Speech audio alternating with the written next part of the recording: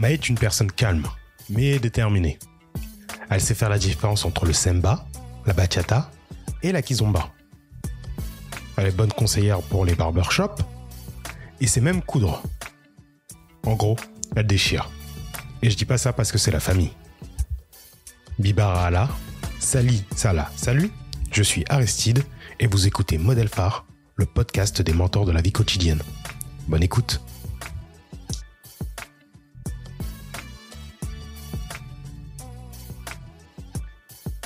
Salut Maë. Salut Alice. Est-ce que ça va bien? Ça va super, et toi? Bon écoute, ça va très bien. J'ai pu réussir à venir chez toi. Donc c'est Ouais, non sans peine. Non sans peine. Alors, est-ce que tu pourrais te présenter en quelques mots, Maë? Alors, donc moi c'est Maëlys, 29 ans, je suis assistante sociale de profession, mes kiffs dans la vie, j'aime bien la danse, hein, Aristide, la quise, j'aime bien coiffer, j'aime bien la couture, j'aime bien ce genre de choses, quoi. Alors, est-ce que tu pourrais me dire qui est ton modèle phare? Alors, moi je dirais que j'en ai deux, et mes deux modèles phares en fait c'est mes parents. Ouais. Je vous expliquerai tout au long du podcast pourquoi je les ai choisis eux et pourquoi aujourd'hui je pense que c'est une référence dans ma vie, quoi. Ah ok, bah tu peux le dire maintenant, hein. Tu peux me dire pourquoi ouais, ce sont... alors. Je pense que ce serait d'abord intéressant de savoir qui ils sont. Ouais. Et après on peut voir pourquoi est-ce qu'ils sont tes modèles phares. Alors donc moi, mes parents, donc ce sont deux personnes d'origine centrafricaine. Représente. Arrivé en France, pour mon père, il est arrivé en France à 21 ans. Ma mère, elle est arrivée plus jeune, elle était à l'école primaire, donc voilà, elle a vécu plus en France qu'en Afrique, et je trouve que pour les deux, en fait, leur parcours de vie, c'est une force incroyable. Bon, déjà, je vais commencer par mon père.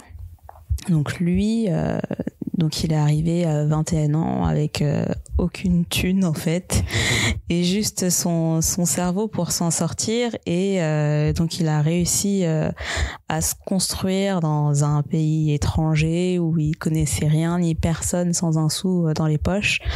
Il a réussi à aller au bout de ses projets professionnels, au bout de ses études, et aujourd'hui, on peut dire qu'il a bien réussi sa vie, en fait. Ouais. Et donc, je trouve que en ça, c'est quelque chose d'assez impressionnant de voir qu'il y a quand même des personnes qui sont capables d'aller au bout, d'aller à l'aventure et de se construire comme ça, quoi. Quand il est arrivé en France, il est arrivé directement sur Paris pour faire ses études? Il est arrivé à Nancy. Il est arrivé à Nancy. Il y avait quelques compatriotes qui l'ont accompagné, et donc lui, c'était des études scientifiques qu'il a fait, en fait. Il a fait ses études pour être prof de maths. Et quelques années plus tard, après ma naissance, il s'est tourné vers l'ingénierie. Donc voilà, là il est ingénieur en télécommunications. Et donc voilà. Donc nous aujourd'hui, on a un petit peu tout le confort possible pour étudier, pour avancer, et on arrive quand même à se plaindre et à pas se rendre compte de la chance qu'on a, en fait. Et quand je pense à son parcours, je me dis bah ouais, finalement on n'est pas si mal, même si en ce moment il y a pas de train, c'est pas grave, quoi. C'est vrai qu'il y a pire comme situation. C'est ça. Et ta maman? Alors, donc ma mère, elle est arrivée plus jeune. Donc, faut savoir qu'elle est issue d'une famille nombreuse. Et quand je dis famille nombreuse, c'est pas 4 enfants, c'est une fratrie de 13, quoi. Mes grands-parents sont de la génération de 1936, ouais. C'est ça, quoi. Et avec l'éducation qu'ils lui ont inculquée, qui est quand même un peu à l'ancienne, voilà, elle a réussi quand même, je trouve, à à se construire autour d'une certaine modernité en fait, qui est plutôt pas mal. C'est rare de voir une daronne centrafricaine qui s'intéresse au développement personnel et à ce genre de choses, et je trouve que c'est hyper intéressant, et en tout cas moi ça m'aide jusqu'à présent à me construire en tant que femme et à me poser des questions sur moi-même, quoi, et sur ce que je veux être. Donc les deux parcours alliés, je pense qu'ils ont quand même réussi à faire de mes sœurs et moi des personnes bien, et ça c'est cool. Et du coup, est-ce que tu peux me dire pourquoi est-ce qu'ils sont tes modèles phares? Je pense que tu en as un petit peu parlé avec leur parcours, mais est-ce qu'il y a des actions, qu'est-ce qui te permet de dire que c'est surtout tes parents et pas d'autres personnes qui sont tes modèles phares?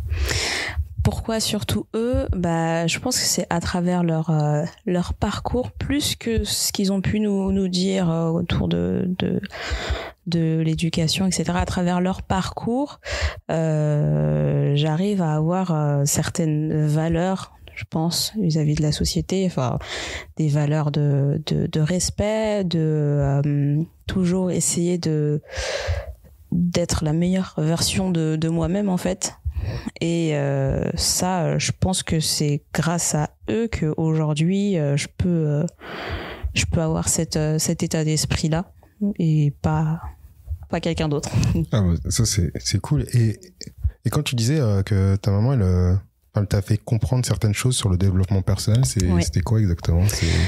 Alors, ma mère, elle est très portée sur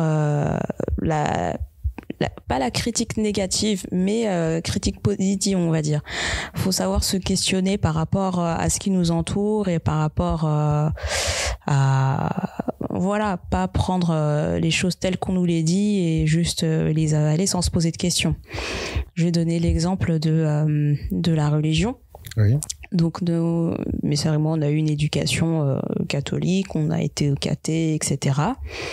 Et au-delà du fait que mes parents, ils ont une foi en Dieu, et je pense que ça, ils le remettent pas en question, mais elle allait au-delà de par exemple ce que l'Église pouvait nous inculquer, mais d'avoir une réflexion un petit peu avec plus de recul en fait. Ouais. Et je pense que ça m'a permis de m'ouvrir à pas mal de choses. Et aujourd'hui, je pense que je ne suis pas quelqu'un qui va aller à l'église et juste avaler tout ce qu'on me dit sans prendre du recul et sans me poser de questions. Un exemple de quelque chose qui m'a marqué, que ma mère m'a inculqué, c'est un livre qui s'appelle Conversation avec Dieu.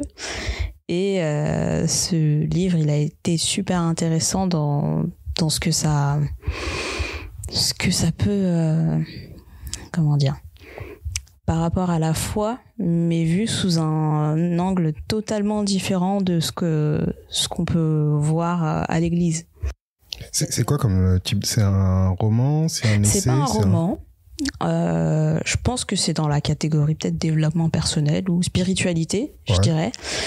Et en fait, l'auteur, après je sais pas si c'est vrai ou pas, mais il a pas des visions ou il entend des voix, j'en sais rien, mais il a une conversation en fait avec Dieu, et il lui pose plein de questions sur des questions un peu existentielles que tout le monde pourrait se poser, et les réponses de Dieu peuvent être assez surprenantes. Donc je vous conseille grandement ce livre qui est plutôt pas mal, et en tout cas moi ça a fait sens pour moi. Est-ce que tu peux me dire de quelle manière leur éducation a influencé sur tes interactions avec les autres personnes? Parce que là tu me dis que, je le savais déjà avant, mais que tu es assistante sociale. Est-ce que tu penses que leur éducation ça a influencé sur ton métier et ta manière de vivre et de voir les choses? Je pense effectivement que leur éducation m'a permis d'être la personne que je suis, à aller vers les autres et pas à penser juste à mon petit nombril, on va dire. Ouais, je pense que ils ont tous les deux eu envie de nous transmettre à mes sœurs et à moi des valeurs humaines, quoi. Et concernant ce que tu disais, en fait, au niveau de la foi, en fait, il n'y a aucune remise en cause de la foi hein, dans leur manière non. d'avoir éduqué. C'est plus... voir les choses sous un angle différent, en fait. Ouais. La manière de percevoir la religion et tous les préceptes qui vont avec, quoi. C'est ça. C'est vraiment voir les choses différemment.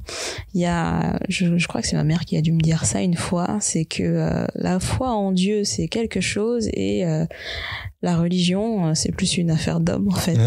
Et tout ce qu'on pourrait mettre derrière, quoi, ça reste de l'interprétation. Donc, c'est aussi pour ça que moi, j'ai pris pas mal de recul par rapport à ça. J'avais aussi une question. Est-ce que tu as une anecdote à me raconter avec tes deux parents? Alors, en termes d'anecdote, celle qui me viendrait plus à l'esprit, c'est une anecdote par rapport à mon père. Et on peut dire que cette anecdote m'a appris un petit peu l'humilité, on va dire, mais pas que humilité. Disons que j'étais en train de discuter avec lui de je ne sais plus de quoi, en fait. Et on en est arrivé sur le sujet de est-ce que je lui ai demandé s'il était déjà tombé dans les pommes, en fait.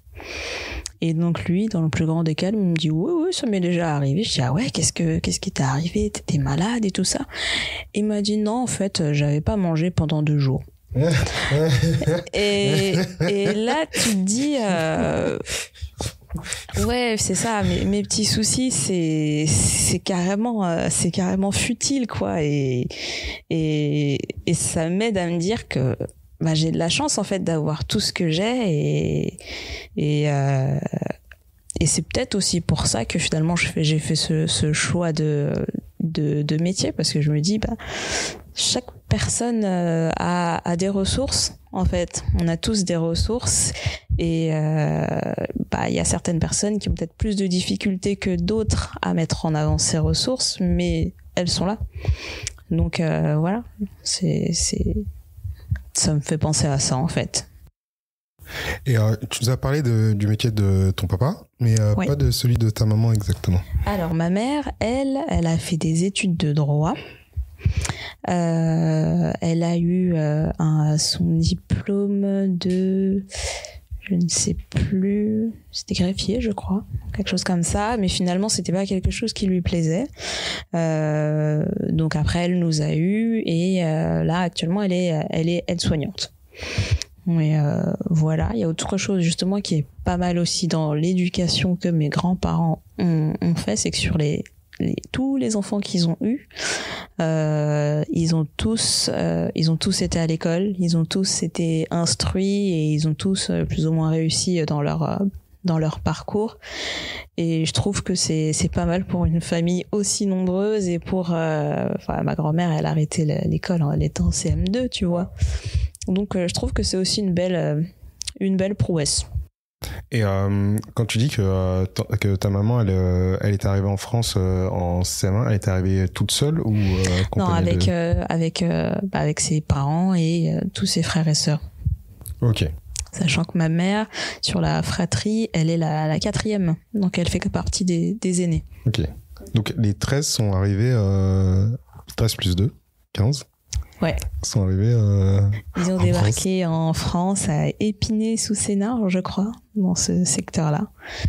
Et voilà, mes grands-parents ont réussi à éduquer tout le monde, quoi. C'est fort. Avec une seule famille, il y a quand même 5% du grand remplacement français qui vu ça qui a été mis en place. Est-ce que tu as aussi une anecdote avec ta maman que tu souhaiterais nous raconter? Une anecdote avec ma maman.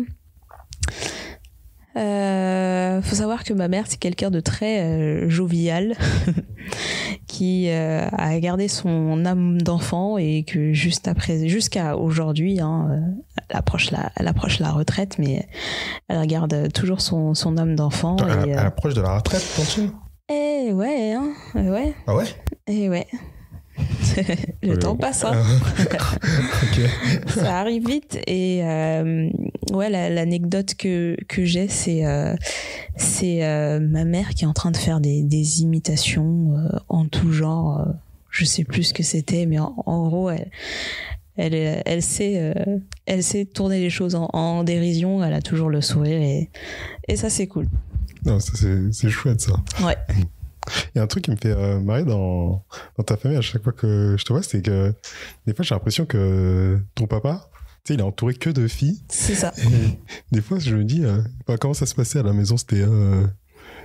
Bah écoute, je crois qu'il a dû se créer une certaine barrière de sécurité, on va dire ça comme ça, entouré de femmes toutes plus différentes les unes que les autres, et il y en a des plus bavardes que d'autres.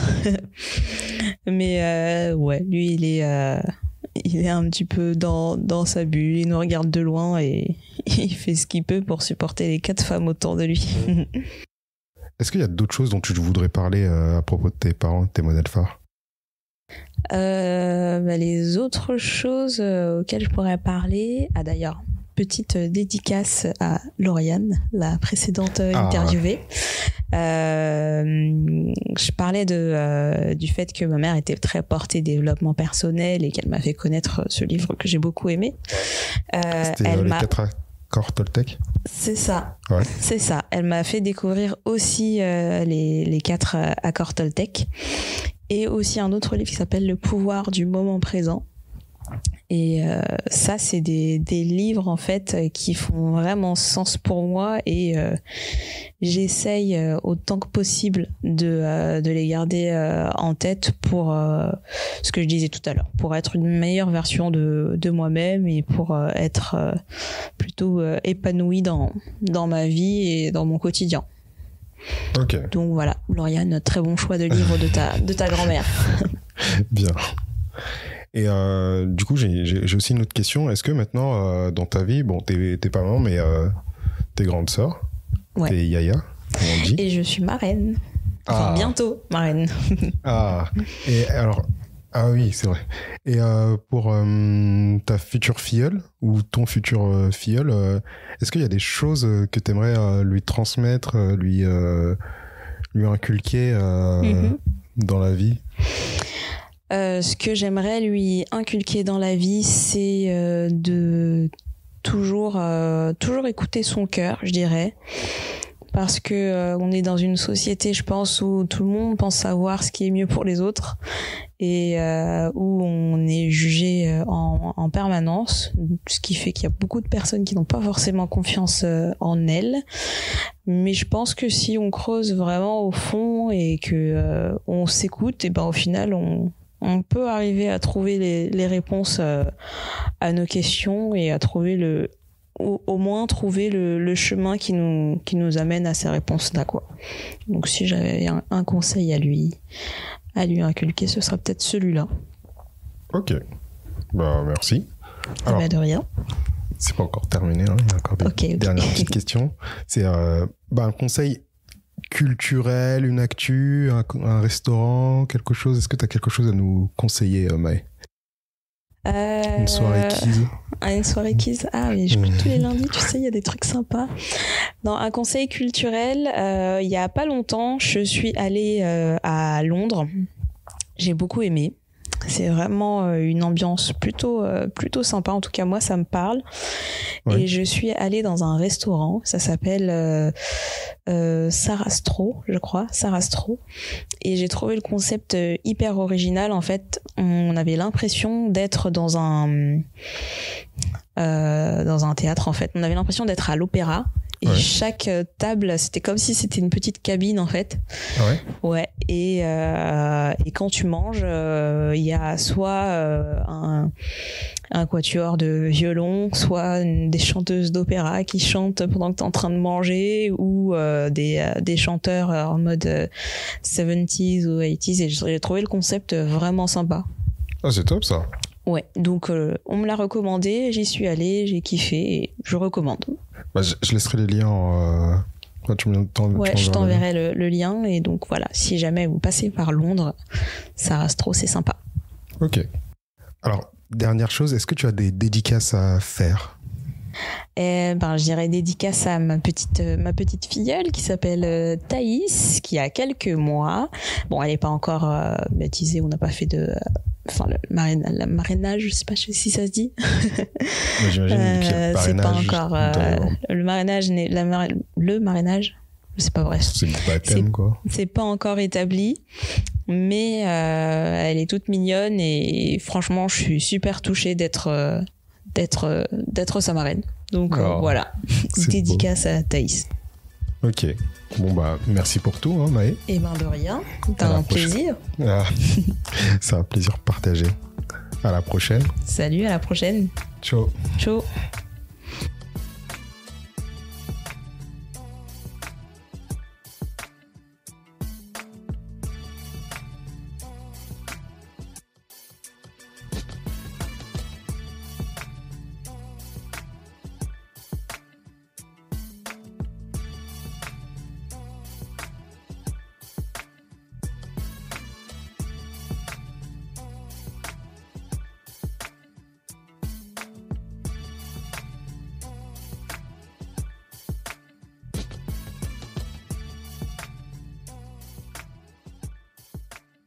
Du coup, j'ai un autre invité pour ce numéro de Modèle Phare. Est-ce que vous pouvez nous dire ce que vous pensez du concept ?